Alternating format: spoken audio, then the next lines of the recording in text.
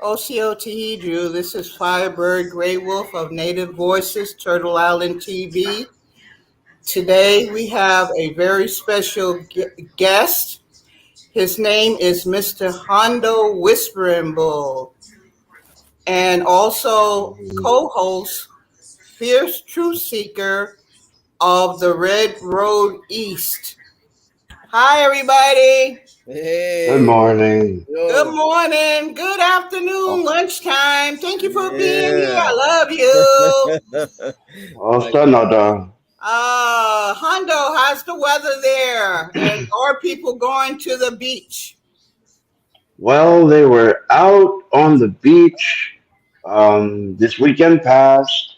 The weather today is a little gray, but hopefully the sun will come out later. How's the madness in New York going? The madness. There's so much madness going on. Subway shooting. Oh my goodness. I tell you, sometimes I'm afraid to even step outside of my door. I never thought that New York would go back to the conditions it was in the early 90s and 80s, but I guess that's the way it is.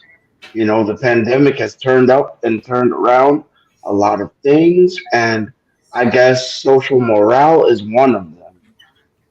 Subway shootings, people just randomly shooting people. Oh my goodness, it's horrible. It's that really bad, huh? And the rents have tripled because of COVID. Instead of going down, giving people a break, it's hard for people to move. How's the homeless situation going there? Well, a lot of it.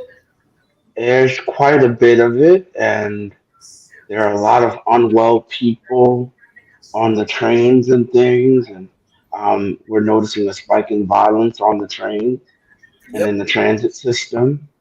And I think that the mayor, Mr. Eric Adams, is starting to try to find a way to quell that situation. You know, I heard he had COVID. Oh, I'm not sure. Oh yeah, but if he did, I wish him a strong recovery. They said he had COVID. I wonder. I have a friend that works in his office, so I'll have to call him to see how they're doing out there. You know, folks. Hondo Whisperingbull is a very fine young man. I've known him for years. He is also of the Two Spirit Society, and he is also a black cowboy, craft maker, regalia maker. And he's so humble. It's just unbelievable, you know. So he spoke to me about some situations from another person's page, and me interviewing another guest on the Black Indian situation going on. And he really had some things that he wanted to get off of his mind. And True Fear Seeker is very versed on the subject, as well of some stories and things concerning that topic. So, Hondo, we're gonna let you open up. What is bothering you, Hondo, that you felt that you needed to speak up a few days ago? Well, how do I put it? So it was a little while ago, and someone had made a post about having the stereotypical look, and so forth and so on. They're like, oh well, when you're native and actually look it, and I'm like, that's kind of cheesy these days. I know who you speak. You know, I mean, given that Native America is so diverse, I think it's time to put down these stereotypical, and generic ideas about what a native looks like. We look very different amongst ourselves. You know, we all look different. We all have different lineages that link us to this native um, this native life that link us to this red road.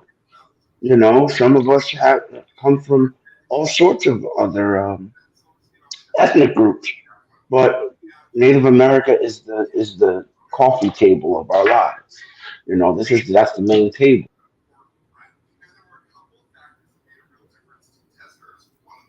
We lost him.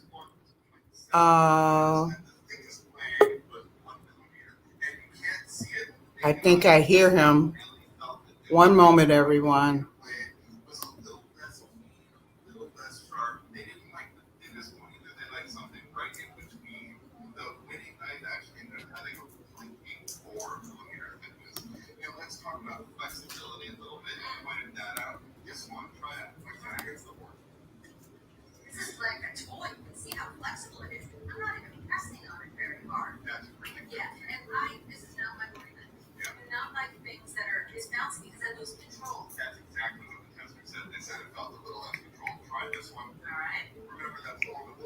So, Fierce, can you speak of that situation about what he's saying for a moment? I'm going to find out what happened. Sure. Well, it is a reality. I'm glad he mentioned it because sometimes people feel that the racism is not real and that we're just making these claims without anything to back it up. Okay. Those of us who are of the darker melanation know this to be true because all of us can tell stories where we've experienced things of that nature and or know of someone who has experienced those biases. Okay. But like he said, what does that mean when you say being Native American and looking like it? Because if you go back prior to the 1700s, all you see is this complexion here. Okay. You know, not that there were not other phenotypes during that time, but if you want to go back to the who is most ancient on the land, then you have to look at those who would be described as African American today, because there were two different phenotypes here in pre Columbian America. Okay. And you had those of the Asian phenotype, and then you had those of the what they call in well, I'm gonna say Asian, those of the Mongoloid phenotype, should I say, anthropologically speaking. And anthropologically speaking, you also had the Negroid type. Okay. And the Negroid type was older than the Mongoloid phenotype. And there's plenty of documentation to prove that. I've proved it many times with plenty of documentation. Okay, we have Hondo back. Yeah. Yes. Yeah, Yes. brother, So, it went out. finish telling your story. We had a little technical difficulty um, going on over, not from my platform, but for the platform that is sponsoring me. So, finish telling the audience. Hondo? Mm. So basically,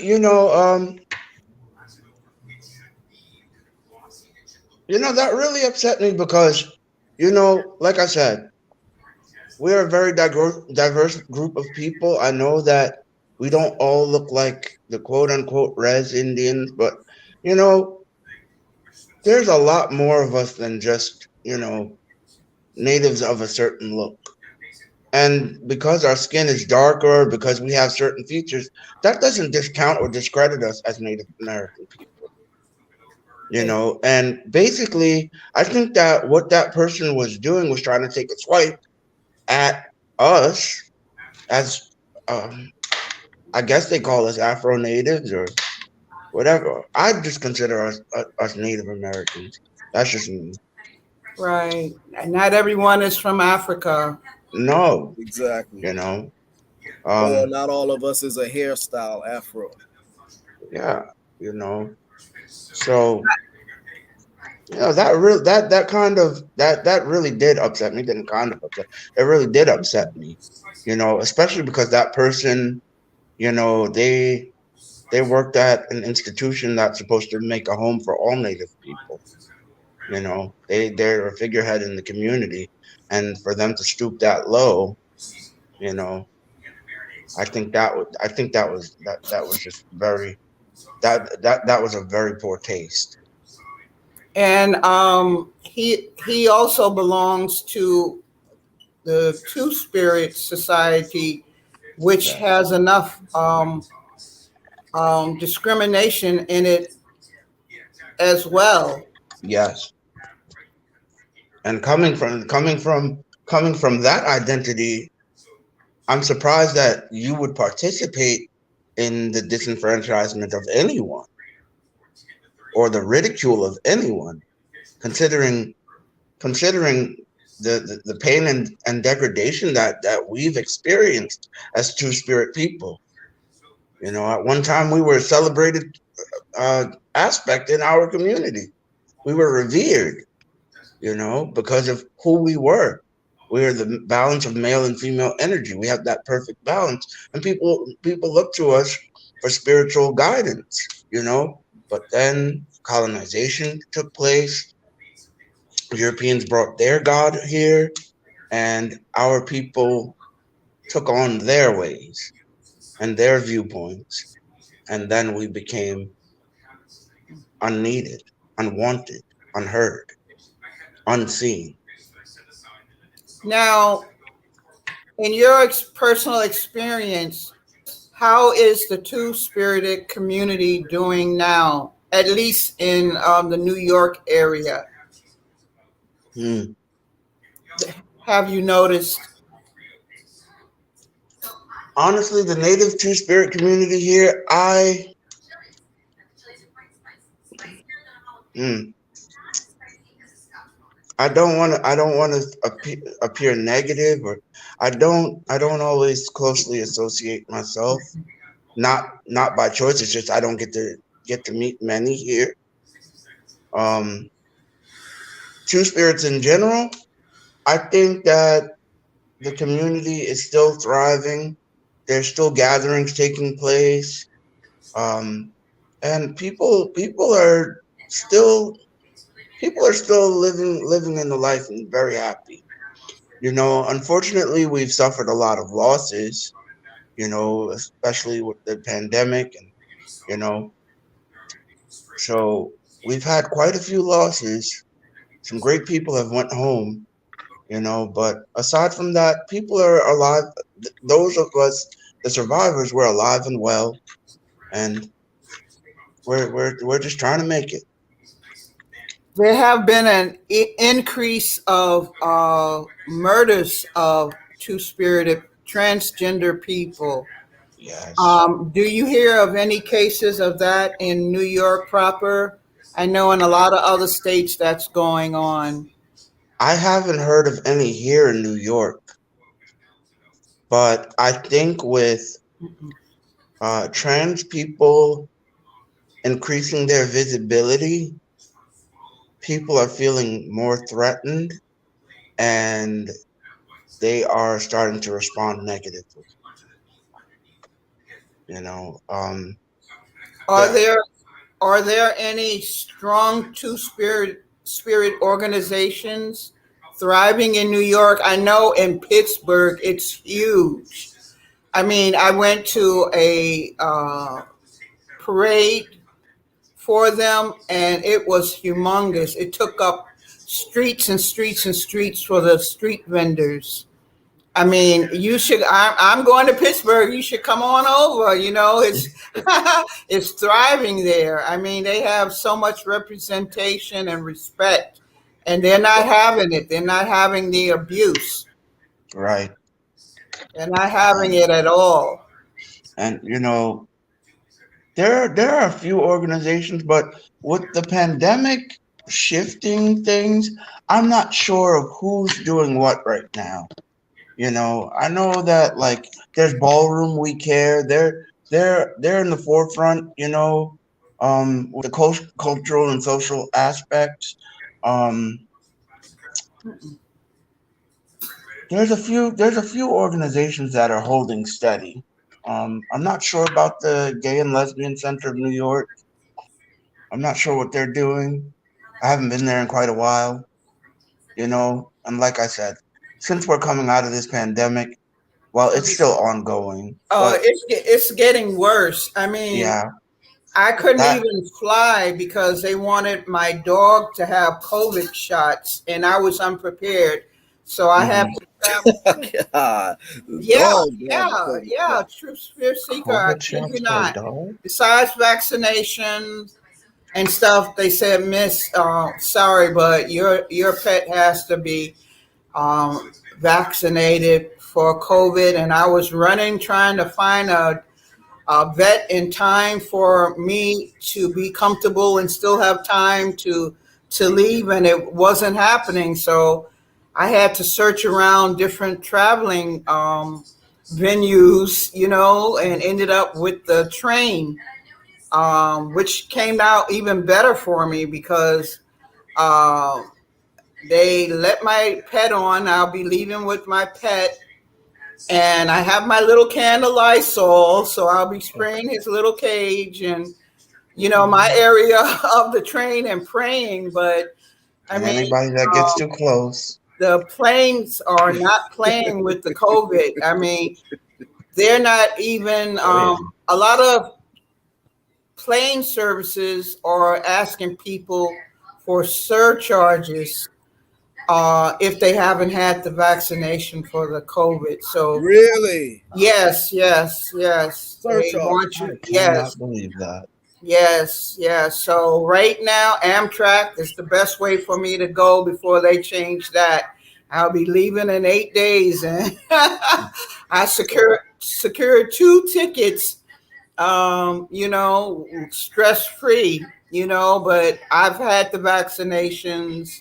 My puppy hasn't though, so I have my Lysol to try to spray around the area where we'll be sitting in, or when people come on, new people come on the train. That's the best I can do. But yes, the pets are catching it. It's not funny. Life is stranger than fiction. This is really.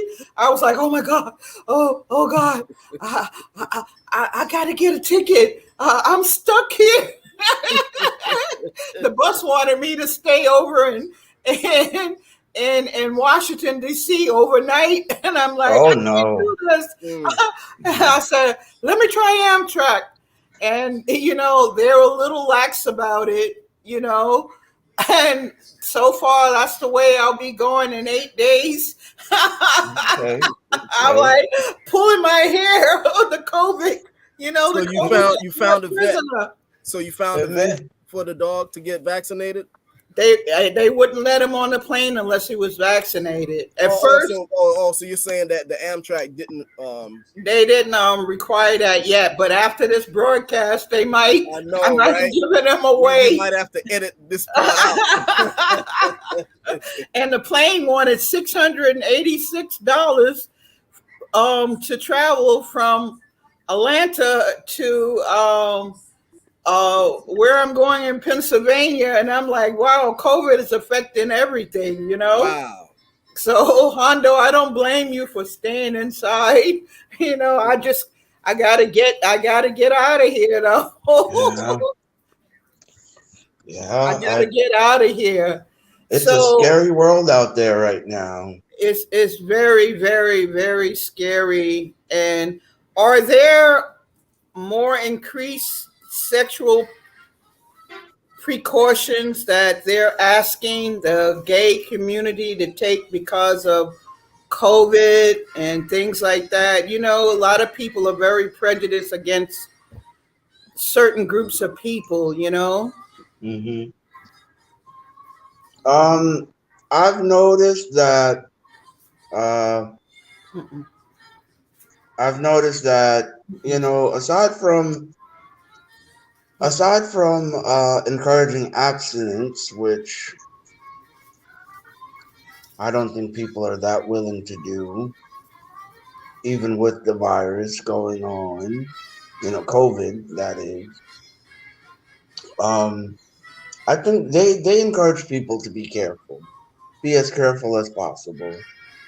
Um, I didn't notice anything too much. Maybe I'm unaware. Don't get me wrong, but I mean, what's the best way to avoid catching an airborne disease during sexual contact? No sexual contact, But again, like I said, people got cabin fever. They got the monkey on their back. So I think some people just threw caution to the wind, and $40 was $40 for some of us. But uh, I really don't know. You I have think worked people with the were just Two encouraged to Spirit be abstinent. community. You have worked with the Two Spirit community in the past, right? I have, Can you yes. elaborate a little bit about what services you supply? Well, okay. So, uh, in my professional years, I worked as a syringe exchange specialist. Um, so basically, I provided uh, clean syringes and other items to the transgender community, to um, intravenous drug users. Better safe than sorry. Some people didn't agree with the work that we were doing, but given that, you know, with syringe exchange programs, it helped to reduce the transmission of Mm-mm. AIDS and HIV and AIDS by nearly half. I said, well, a pound of prevention is worth an ounce of prevention is worth a pound of cure. So I overlooked the stigma behind the work that I was doing. And for 3 years, I did that. 3 years. Um, I remember you were working in it, mhm. and you went in the field. I know you said you also helped them with sexual protection, like Yes, condoms and distributing things like that. condoms. Yeah, distributing safer sex kits, and you know, doing groups and facilitating groups and so forth like that. Um, Sexual awareness groups and you know things of that nature. So I did that for a while. Um, I at one time was a figurehead in a small ballroom house that my friends and we had created, and we were the House of Versailles because in the gay community we have houses. They call them gay gangs, but I don't subscribe to that thinking. Um, and with the House of Versailles, we were able to create a safe space for gay, lesbian, transgender youth that enjoyed, dancing Vogue and, enjoyed it. We provided a space where they could express themselves, where we could express ourselves without fear of being ridiculed or, you know, attacked or anything. Because even in the village, you know, there were times where people would come there and we'd be out and having a good time. We loved to Vogue. We were dancing. It kept us in shape and we were just having a good old time. And people would come and start trouble, you know? Really? Yeah, people would come and start trouble. And, well, it was up to the houses to put that down, So I won't get into that. But, we had to protect our people, you know. And that's really what a gay house is for, And the LGBTQ community, I don't. There's so many letters added on now. LGBTQ plus, is it? It's my community. I don't even know. There's so many of us now. In our community, that's what the houses are for, to provide a safe haven, a family, a source of protection when you have nowhere else to go. Because you know that being two-spirit and with the colonial ideals of homophobia and families not agreeing with it because, oh, well, God says and the Bible says, you shouldn't be gay, and they throw you out into the street. Where do you go? I mean, the Two Spirit Society was very well respected in the old days. I mean, they even had war parties of two-spirited warriors. Yes, And cowboys did too. they did. That has nothing to do, your sexuality has nothing to do with your ability to fight and protect your village, and actual straight warriors would go against certain people and protect the two spirits in their tribes. Yeah. They were very well respected for their male female uh, beings and spirituality, very deep rooted in the gay society, two spirit society. Yes. So this young man, that he's also two spirit and saying things about Indians that look like me, and I don't have to. He wrote something about I don't have. I left New York and I'm going back to my people where I don't have to be caught in wannabe pretending confusion on the East Coast. And I'm trying to figure out if he was in charge of a major organization that housed all types of natives, how long was he feeling like that? And where did he get his pretending Indian philosophy? I'm going to step away from the camera and let the audience see this picture for a second.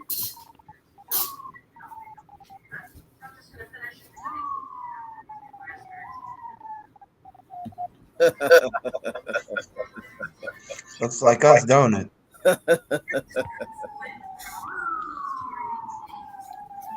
Okay. Audience can see. Now, this is an Eastern tribe. Yep. It's an Eastern tribe, and these type of Indians are still in the New York area, New England area, Rhode Island, Long Island. And we know them. All Okay, up and down the eastern seaboard. right. So you mean to tell me he didn't know about these kind of Indians? And these rumors are spreading that they had only one phenotype of look in America. This picture is what, from the early 1900s or late 1800s, and they had this look already. I'm sure he went to many powwows. I'm sure. I don't know why someone would represent such an organization and be so cruel or misinformed at the same time. Let people see your hair, Hondo, how you wear your hair. And I'll let Fierce Truth Seeker speak on the history of the dreadlocks with indigenous people of North America. Oh yeah, you find that same type of hairstyle, okay, among the Mayans.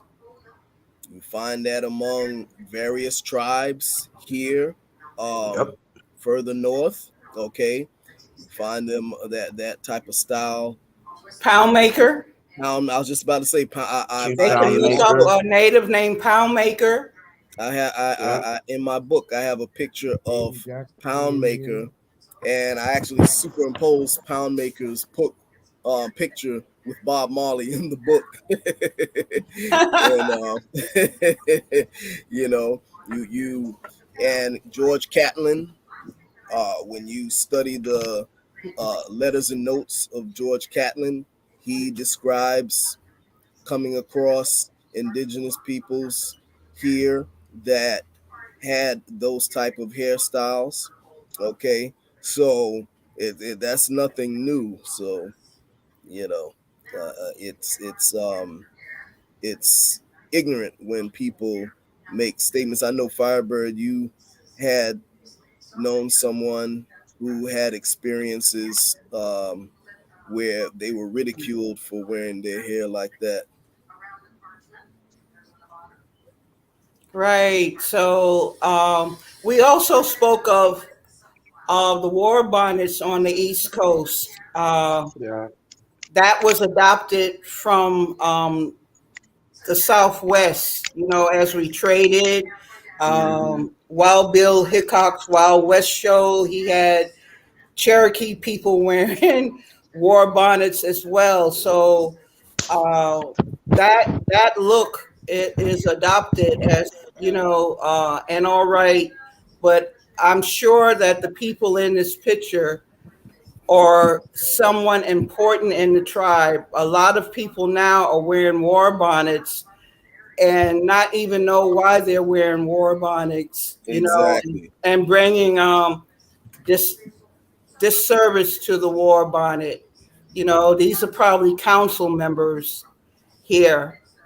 And once it got accepted,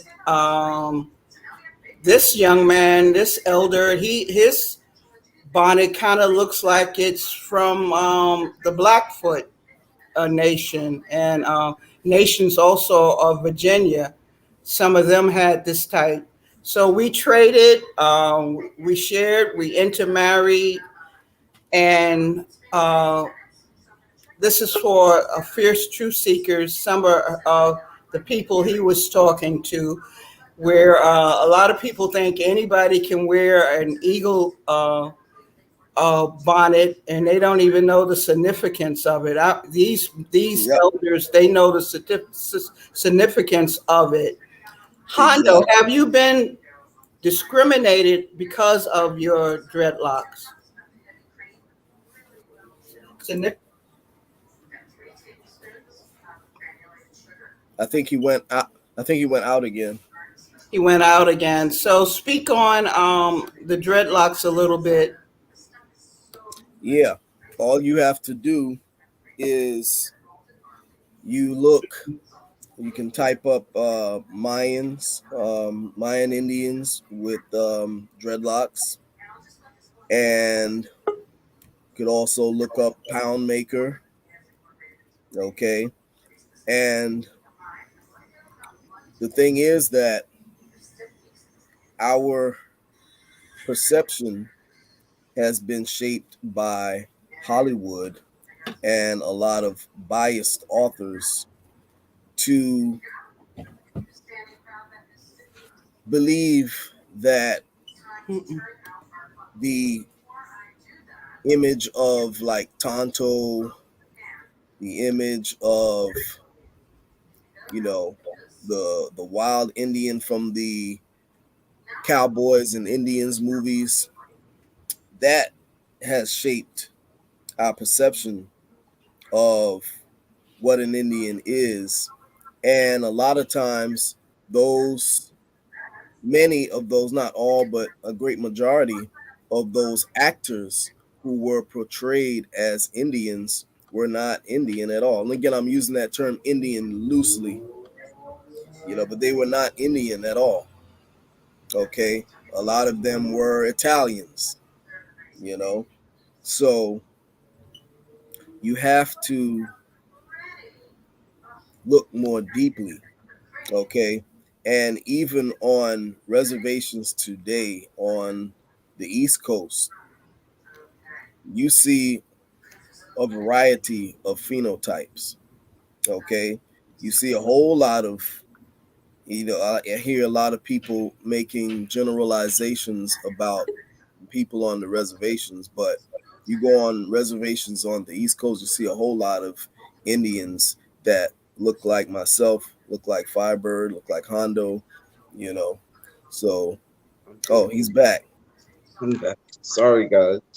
Yeah. Yes, we were asking you, have you ever been discriminated? And Fierce Truth Seeker was filling the audience in about some of the history of. Have you ever been discriminated against? Well, yeah, I've been discriminated against quite often.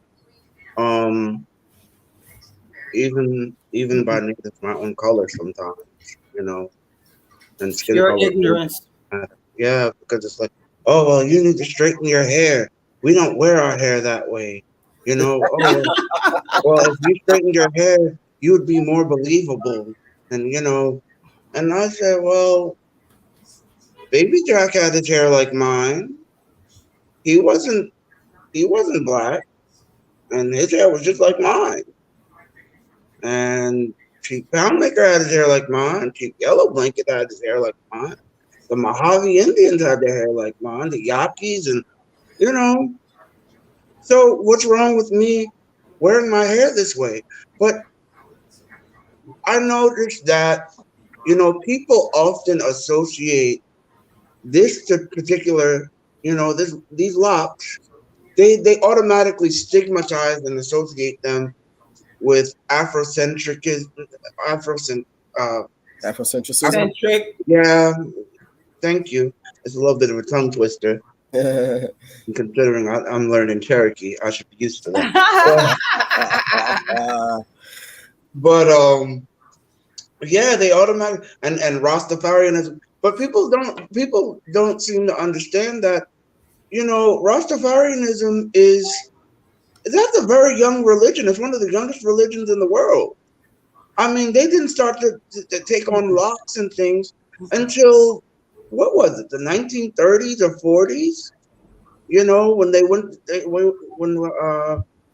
what was it? They saw the Boer soldiers in Ethiopia and all so forth and so on. After And then Haile all of a sudden, Selassie. yeah, and they started Selassie. worshiping Selassie as a man that was a god, and so you know, but indigenous people have worn their hair this way since the beginning of time. Rastafari. We didn't have all these combs, and Europeans brought us combs and things. Then, when we saw those things, then we started to, manufacture things of our own, like brushes made out of porcupine quills and things of that nature. And then we started to straighten our hair a little bit more, or either they used to pluck it out and keep it bald, but it is what it is. I don't wear my hair as a symbol of my blackness or, as a connection to my African ancestry. I don't wear my hair that way. I just wear it this way just because. It's an indigenous hairstyle, in my opinion.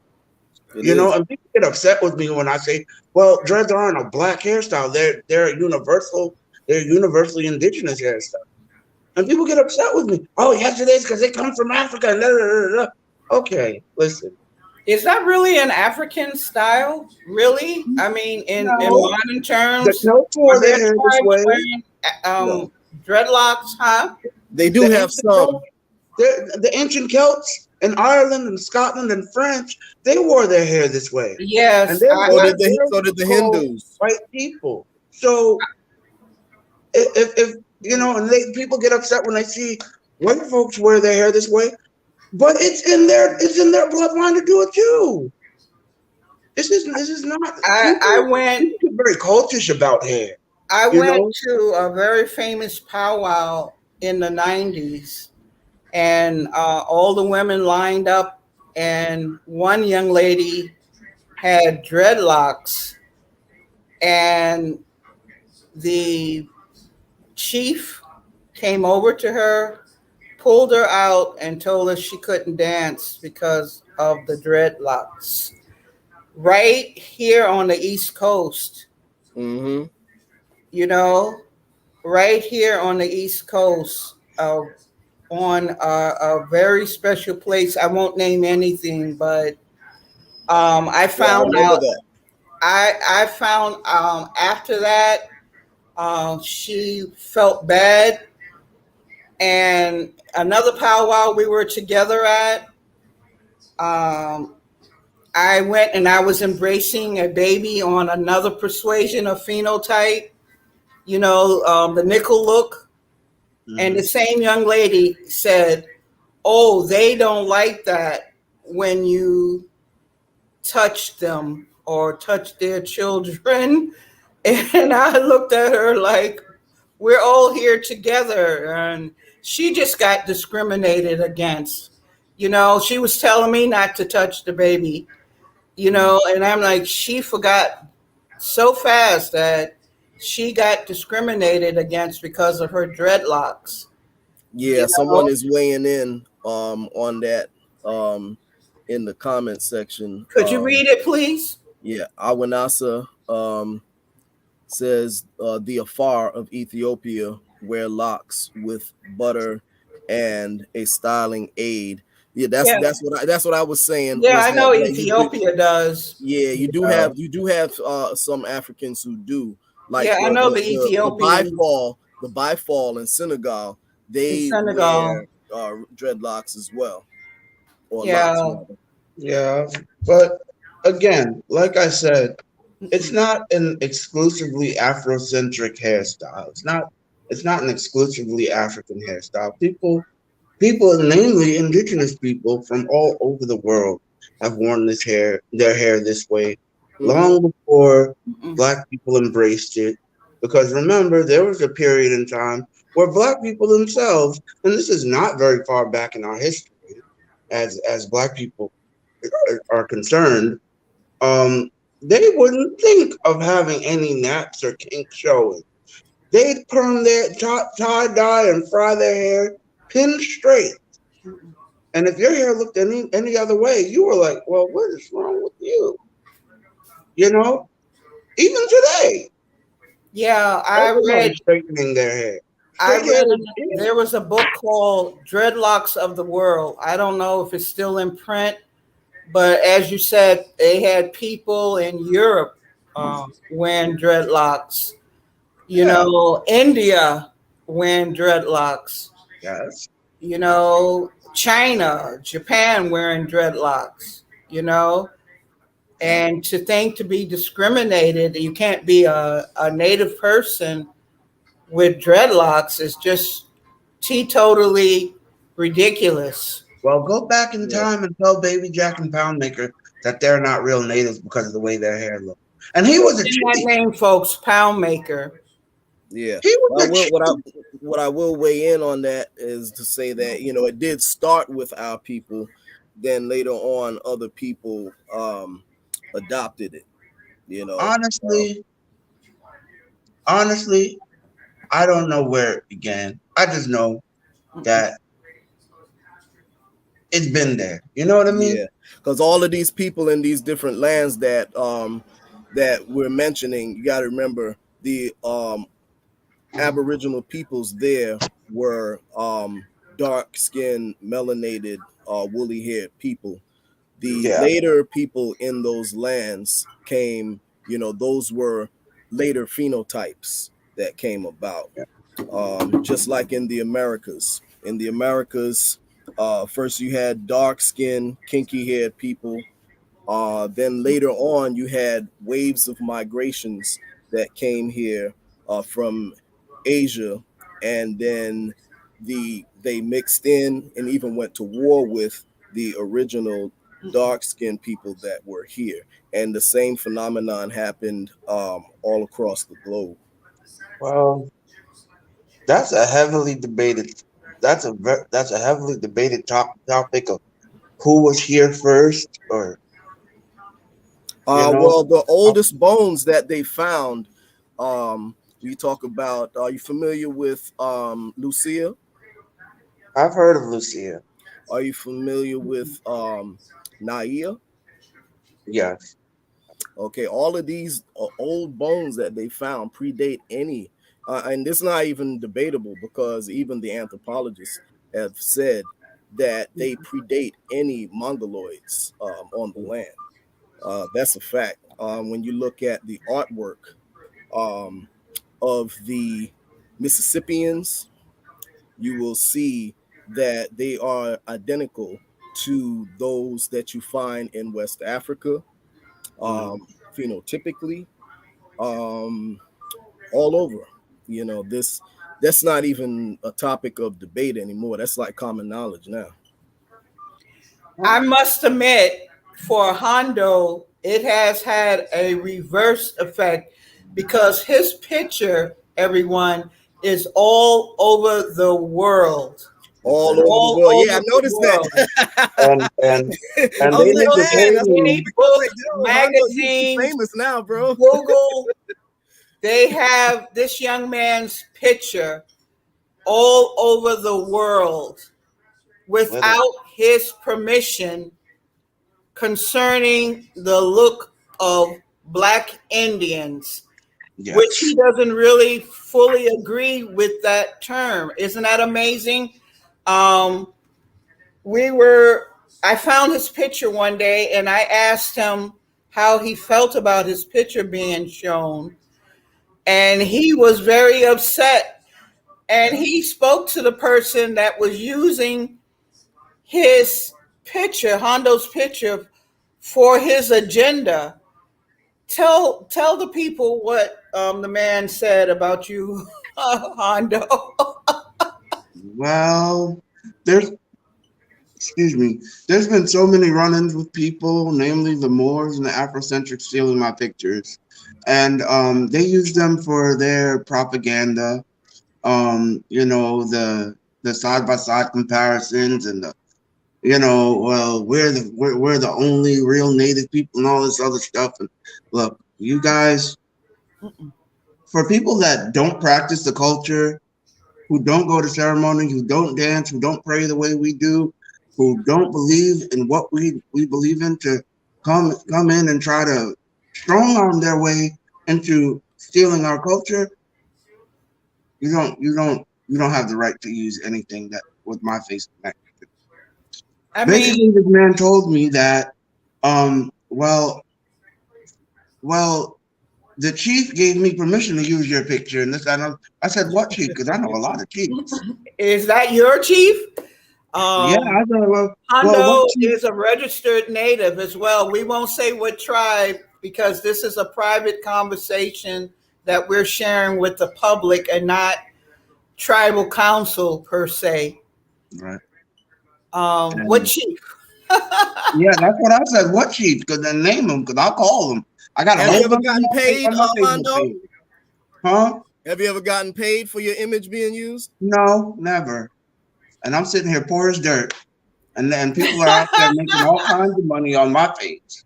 You know, Yeah, I um, remember seeing your image, man. I was like, this was years ago, man. I was like, man, they got Hondo picture up there. They have Yellow Corn's picture up there. They have yeah, Pat Lonnie, Pawpaw's picture up there. They yeah. have Lonnie, Lonnie, yeah, they Lonnie, got Lonnie's picture all over there. I was like, Ren man, couple of the Dancer. Gun I'm Girls, surprised they didn't have my picture up there. Shanae Bullock, they Yeah, love yeah. us, you know, And they, because we're everybody. dark skinned, because we have this dark skin, and that's their thing. Oh, he's dark skinned. Look, he's got dark skin.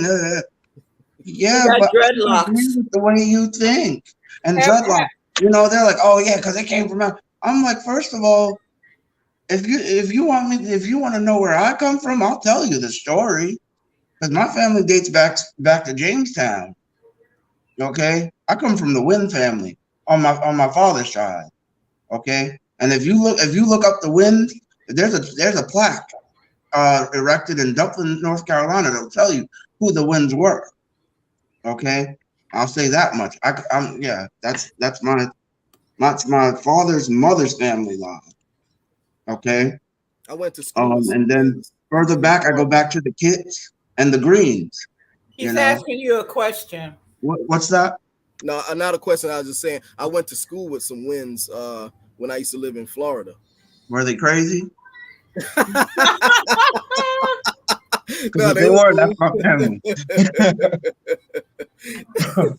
You know. I might be related to you then, Hondo. I'm definitely crazy. Yeah. Definitely. But you gotta be in this circle, you know. Oh man, if you're not crazy, we don't want you. Yeah, we don't want you. We don't need you. Have you ever been on the cover of any book yet? No, I've never been on the cover of a book. I've been in a few magazines I've heard. I never seen her. I've been in people's books somewhere. I'm still trying to find the books. I'm like, well, where's my money? Right. I remember Firebird. You told me you saw an article where they were talking about me in the magazine years ago. I never saw it. Yeah. Like they knew you. Yeah, I was like, well, there's one magazine that I was in. That was Essence Magazine. Wow. Which one? I did a photo shoot with the legendary Beyonce. Wait a minute. Hold up. I got something for you. Hold up with that thought. Hold up. I'm coming, folks. You know, so that's the one. Look, Hondo. Yeah, right there over her left arm. And thanks to that lady in the white coat. Tell us the story of that. Okay, well, I was going to say, Beyonce, folks. That lady in the white coat, that's my godmother, and those are my godbrothers. Black Cowboys. She called me into her office one day, and she said, "Come here, I got something to tell you." So I was like, "What's going on?" And she tells me, "Well, they want us to do a photo shoot with Beyonce." I was like, "What?" You know? So they said you have to send them a headshot. So she took a picture of me. Wow. And she sends it to them. And they said, he has got to get in this picture. And you know, because they handpicked who they wanted, you know. Wow. So, and they were very enamored because they said I'm highly photogenic or whatever happened. I won't brag. No, but you know, and we went and did that photo shoot out in Long Island. It was this lady's farm. It was really nice. I met some other artists, and you know, it was a really great day.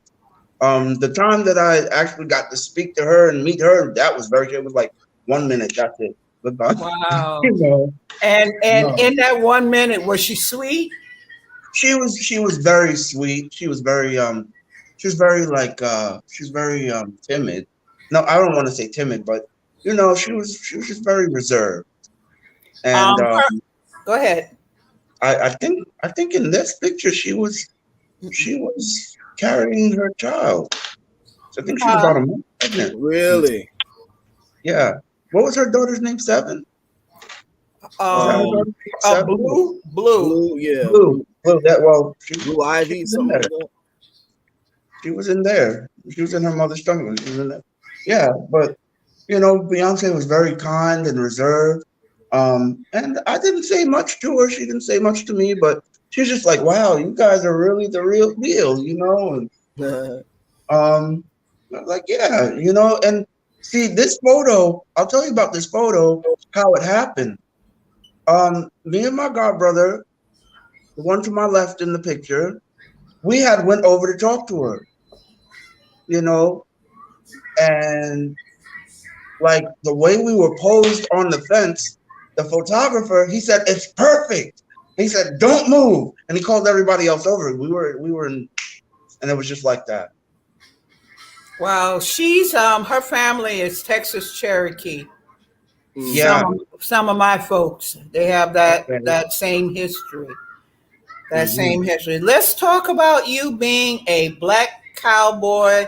How was it? How is it? What things did you do? What affairs did you attend? Let's talk Okay. about that. Well, when I was about 16, I started a summer youth job. I've always been into horses since a young age. Since I was about 12 or 13, I've been into horses riding. And then the opportunity came to work at the Federation of Black Cowboys, Cedar Lane Stables. It was Cedar Lane Stables at the time. It's no longer Cedar Lane Stables. And so I jumped on the opportunity because I said, "Oh my God, I get to work with horses all summer! Oh my gosh!" Is And that I didn't over want, there by in Brooklyn? yeah, right there on the conduit. Right. Yeah, I remember. So they're not there anymore? No, we've seen, it was a lot of stuff that happened. And nothing stays the same forever. I'll put it that way. Right. So I started there doing summer youth, and well, since I knew I was the only one out of the summer youth kids that actually knew about horses, so I knew what to do, and so and I hung out with the guys. I stayed on, you know, and eventually somebody took me under their wing. I started out doing just little things like pony parties and things like that, and being a horse walker. I'd clean stalls, because you got to start at the bottom. In the horse world, you start out mucking stalls and washing out buckets. You don't get to just jump on a horse and ride. It's like that movie with Idris Elba. What was the name of that movie about the quote unquote black cowboys? That's what it was called, Black Cowboy. Yeah. You know the movie I'm talking about? Yeah. He had to get in there and clean all of the dung from the horses. He was like, "What?" There, and I'm sitting there. I'm like, that boy don't know how to muck out no stall. I could clean a stall in 15 minutes, And it was just taking me back to when I was his age, this young man in the movie, because that was me. They put a pitchfork in my hand. Go ahead, clean it out. And it was on and popping, huh? It was on and popping because that's you had to earn your rights. So eventually I got to start riding. And you earn your privileges as you go down. That's how it was at our barn. You didn't just come unless your granddaddy owned a horse or somebody. You know what I mean? If you didn't have all that, then you had to earn your way. And I earned my way. Eventually, my godmother gave me the privilege of riding her horse Zeus, and me and Zeus stuck together for quite a few years. He's actually the horse that I'm sitting on in that picture. That was, he's my best friend. He's not in my life right now. But pretty soon I'll have another horse in my life. I'm not really riding right now because of health issues and so forth and so on. But eventually I'll be back in the saddle. Speaking of events, there were a number of events. We usually travel down to North Carolina and Virginia and other states like that, Maryland, because down there we have trail rides. So basically, the trail ride is the big social event. We all get together, we ride for hours through the woods and over all sorts of obstacles, and and it will really make a man out of it because I've seen big grown men want to turn around and go back to camp because the riding got rough. I've had a horse. It was actually Zeus, and he's a very big horse. He reared over and flipped backwards on me. I was just about to ask you if you ever got knocked off the horse. That's the only time I've ever fallen. No, I'm sorry. There was a horse named Ben. I used to ride in Forest Park, and we were riding over ice. There was a man that was galloping up ahead of me. He took off, and he was going. So Ben, he was a horse that liked to chase. So he picked up speed. We were going. We hit an ice sheet under a bridge. It was covered in ice, and he couldn't keep his footing. And me and the horse went down together, and I got flung into the bushes. Wow. Oh no! Woo. No, I was fine. I was perfectly fine. Wow. He got up. He looked at me and started chasing the other horse. He was like, "Well, later for you," Yeah, so you know, we have like there's the trail rides. They have something called the annual Western Gala. That's a really good time. You know, I remember a few times down at the barn we had a few rodeos. You know, I never rode in them, but I was there and you know I helped out a little bit. Um, I'm trying to think, you know, and then there's the community service aspect. You know, um, going out and you know letting kids get on your horse because how often do inner city kids get to see real animals up close and personal? You know, they only see horses on television, you know, or in a book, you know. But these kids actually got to see a real horse up close and personal, and that was the highlight of their day. You know, Yeah. look, that child's life. I remember when I was a kid, I used to see horses all the time. Where do you live, Brooklyn? Horses in Brooklyn? No, we really, you know, we helped create these narratives.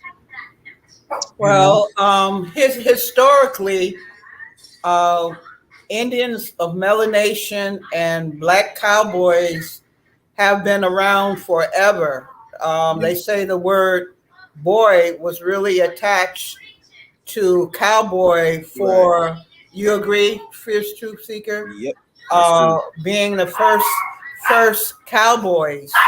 You Yeah, know, black men. you know, Boy, all we have is portrayals of Mr. Prejudice John Wayne and other images of cowboys. Mother, today. that man John Wayne. The Public Enemy's line. No. He was Hondo. I'm Hondo. Okay. That's why I chose that name Hondo, because I knew John Wayne was a very racist man. Oh, he was a racist against Indians. He was racist against anything with dark skin or curly hair, just full of hate. When Sachin Little Feather was going to accept the Oscar for Marlon Brando, it took 6 men to hold him back because he was going to run on that stage and attack her. It took 6 men to pin him down. To hold who? John Wayne back? Mm-hmm. Yeah, that's how racist he was. Yeah. And Marlon Brando, a very pro Native American, Indigenous, very pro. It's funny that we're talking about horses because after this show, Firebird and I are gonna do a live, and we're gonna be talking about the history of the horse on the Red Road East. People think that the Spanish brought those horses here, but no, they brought some horses here that were already here. Right. You know, so many tales to be corrected in the history books. Someone said they agreed with you about not using the term Black Indian. And someone wants to know if this is the brother that dances at Shinnecock. Yes, I am. Hondo's all over the place dancing. You might see him in Paris dancing in a magazine or something. Yes, that's the brother Nathaniel Turner that dances at Shinnecock. The brother whose image is all over the world. They just hijack your picture, man. Yeah. At Red Road East, that is great. Yeah, you wrote that. Yeah, somebody loving your dance. Speaking of your dancing, young man, I'm going to post a picture of you, I believe, if you correct me, if it's at Shinnecock. That was... No, that's not Shinnecock. That's Gateway. I took this picture of you, by the way. That was either Gateway or Queen's Farm. Okay, how about this one?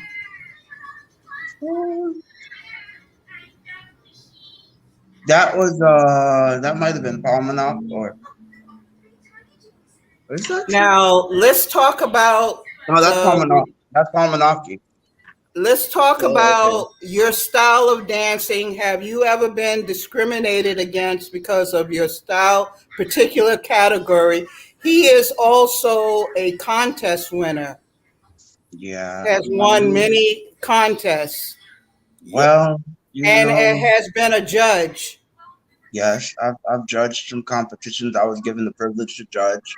I was even at Skimitzen recently. What was it? Last year, I was asked to judge. I danced, but I was asked to judge, and that was that was a privilege.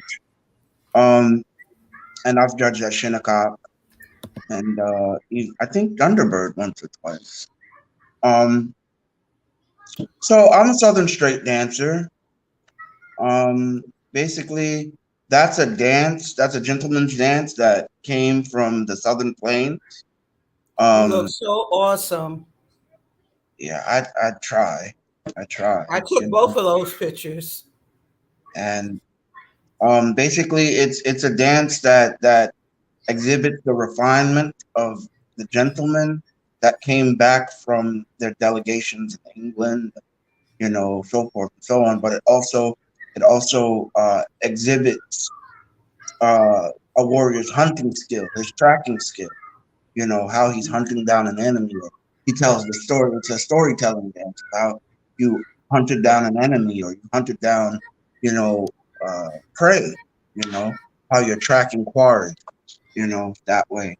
And so I came to love that dance very much. Um, you know, I remember my first time going to a powwow and you know seeing all the other dancers, and I was like, those guys look nice, but I don't like wearing that many feathers. That's cool, but I don't like to dance that fast. And then I saw Southern Straight Dance. I was like, bingo, that's what I want right there. So seeing how they were dressed, the refinement of the dance, the slow, steady pace, how it speeds up and then falls back, it really took my heart, and so almost 20 years now, almost, um, I've been dancing Southern Straight, and well, competitions will be competitions. I don't want to get I don't want to get too deep into that because competitions, they have their good sides, they have their bad sides. But I like to focus on the good of it. It's fun. I get to dance with people from other tribes. I make friends, every now and again because I'm dark. I'm the dark skinned guy who, so nobody wants to associate too closely with me. Oh, you're friends with that guy, man. Well, There's that kind of stuff that happens. later for them because you're world famous. Unpaid, but you're yeah, world famous. You're world famous. For real. Unpaid, but They world don't famous. count. Yeah. They don't count at all. No, and I'm grateful for the few people that have embraced me over the years. I went from knowing no one to knowing everyone. Having no one to having a warm and loving family. You know, um, Thanks to Tony and Marcy. Um, they really gave me a home. Don't Like forget me. and you, of course, you're one of the first. I think you, Tony, and Marcy, the three of you were the first people that really took me in, and really encouraged me to chase my dream of being a dancer, and encouraged me to keep at it. Don't let and don't let the politics and ugliness of powwow knock me down. And I'm grateful for that. And so here I am today. Can you tell the audience a little bit about your regalia, the apron, all your accessories, how you got so skilled at putting it together? Okay, so when I first started out, I didn't have a clue what I was doing. You know, um, as time goes on, I learn from other dancers, and I watch videos, learn techniques of how to put things together. Like my aprons. See, with the Southern Straight outfit, you have to wear 3 aprons. So you wear a front apron, a back apron, and a trailer. A tail drag. Um, they say that in the old days they would wear those tail drags to cover up their tracks as they went. It would erase their footsteps. So enemy tribes couldn't track them down. Other people say that's the tail of your tuxedo, because they said they saw the Englishmen with their long coats and things, and the coats had a long tail to it, so they added that tail to the outfit to add elegance. There's a number of stories. Okay, so I'm wearing that. Of course, I'm wearing leather leggings. The silver work that's there. I have conchos in my hair. I have silver bracelets. I'm wearing a sequins vest. I have silver armbands on. Wow, A ribbon fantastic. skirt. Yeah, and I one day my godmother gave me a sewing machine. She said, "Here you go, use it." And I'm like, Speaking of that, I'm mad at you, Hondo, why? because I hit you up on Facebook Messenger asking you about the chokers and stuff that you make. You never got back to me. Yeah, I told him you made chokers. I don't know. I wanted to support you. I'm like, this guy don't want to make money. Well, you got me now. There's customers on the chat. Okay, well, Hondo Straight Blanket is always open, in Whispering Bull's Corner. I make chokers, breastplates, whatever you like, Yeah, because I was just about to order from somebody else. I say, Hondo don't want money. I said, I want money. I need money all the time. So, yeah, message me after this. We'll make something happen. Well, I already messaged you. Just respond and let me know, and you got a sale. Okay, that's not a problem. Yeah. Glad you are served. Someone asked, do any of us attend the powwows on the East Coast, like New Jersey? I guess that means Ramapo. Yes. That's part of my peeps. Yes. I'm Cherokee Lenape. I'm not a blood member of their tribe, but I have family in their tribe. Right. And yes, I personally have attended. Has anyone else on the panel attended? Yes. I never been to their powwow. That's a family event, so I got to be there. I go to support. I've been meaning to go, but I have yet. It's so far. You know why I like it? Because their powwow is very down to earth. They're very loving people. No showcasing. Just like traditionally having fun together. And it's mostly that's family. Marcy's people. Chief Man, nephew. I love him to death. He's doing great things up there, building houses. They have a medicine farm now. They're raising chickens. They're doing so many great things up there, Fierce Truth Seeker. Making CDC oils and bombs and everything, And they're just down to earth, the Ramapo Nation in New Jersey, to answer your question. You'd like to add something, Hondo? Great people. Love you, Uncle Vinny. I love you, Tony. Love you, Marcy. Whole family, the whole Stefanczyk and Langhorn family. The Mans, the Van Dunks. Love you guys all. Someone wants to know if Fierce Truth Seeker is selling original landlord T-shirts.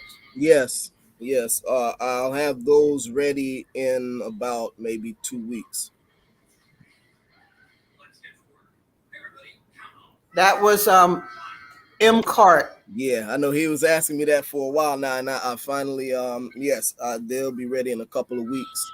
And Nathaniel, in a couple of weeks, Yeah, about 2 weeks. Nathaniel Turner says your phenotype does not matter. It is the culture that matters. Right. So here you have it, folks. Hondo makes chokers and other things. I mean, he has made moccasins in the past. So check in with Fierce Truth Seeker. Do you have a site, Hondo, before I let you go? At the moment, no. Just reach out to me on my page, Hondo Davis, and Hondo Davis.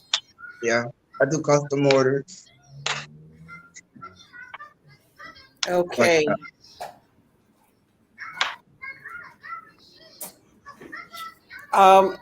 Fierce Truth Seeker, anything else you want to add? Yeah, we will be going live after this show, maybe in about an hour, doing the history of the horse and also throwing a devastating blow to Darwinism. So that'll be on the Red Road East. We will be live today in about an hour. Hondo, we thank you so much. Love you, nephew. Thank So you, Hondo. folks, look for Hondo Davis on Facebook or any other names you might add. I think Whispering Bull's Corner on Facebook also. Whispering Bull's Corner. And we thank you so much, sweetie. I'll be Thank talking to you. you backstage with Fierce Truth Seeker for a minute. Okay. So thank you, everyone, for tuning in. This is Firebird Grey Wolf. Great seeing you, Miguel. What'd you say? It was great seeing you, Miguel. Oh, well, we talk all the time. All the time. But All it's the good time. seeing you. All the And time. look at It's his been a while. I face. think the last time I saw you was before COVID. Yeah, it was a while ago. Yeah, that was a while back. Thank I think goodness that for was at, video chat. that was at Ramapo. Wow, that's far back. You came up with a bunch of guys. It I was think the like last time I saw you was that was up at Shinnecock. Was it? Yeah. With your dad and Right. your Wow, dad was that long ago? Man, that's long before Anwan? COVID. That was long before COVID. That was like maybe Robinson. Anwar. Robinson. It was an Anwar, Pops, a few other people. Yeah, that was at man, that was that long ago? Yeah. God, that was about what, 5 years ago. Oh my God. Longer. Is Shinnecock going on this year? Yes, I that's what I heard. Are you going? Hopefully, if I don't have surgery. Oh, okay. Because like I said, I got to get myself together. That's why I'm taking a break from dancing for a while to get myself back in order. And because a good dancer is in shape and really, really doing what he's got to do. And I'm trying to get back there. So, I'm just gonna focus on my health and make sure that I'm in tip-top shape. So Are you on an eating regimen, like a any type of doing like anything diet wise to help? No diet, just walking. Just Okay. walk, walk. We'll talk off air. Diet is important though. I'm into all of that, health and wellness, and I'm a yoga girl. I love yoga. Keeps me youthful for my age. Protected me against COVID, I must say. Great. Yeah. Great. And I do it through just diet and exercise. Yeah. Well, I love you. We're going to talk backstage. This is Fiber Grey Wolf, Native Voices, Turtle Island TV. Oh, somebody's asking what's your YouTube, Hondo? Sorry to interrupt you, Firebird. His what, hon? Oh, he went off. Somebody asked what is his YouTube page. Let me see if I can get him back. Okay. Talk a little bit for yeah. So, and also let's see, Awanasa. Let's see. No. Okay, she's asking about the shirts. Okay, I got you. And let's see who else we have here. Lil Mayhem, Wild Indian Tell him I said TV. hi. Yeah. And Akeem Ayene is in the building as well. Nathaniel Turner. Yeah. Oh, and Awanasa says that let's see, what is she saying here?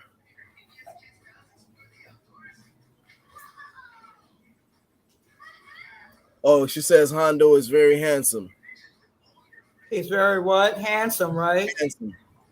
Yeah. I got him. Hold on. I think I got him back. Yeah.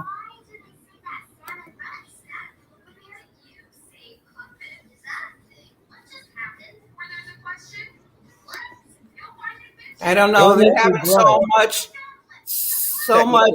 technical things with this. You got a compliment, Hondo. Somebody said you're very handsome. Oh, that was. Somebody in the Give me chat. those keys. I'm jealous. You too, Fierce. To be young again.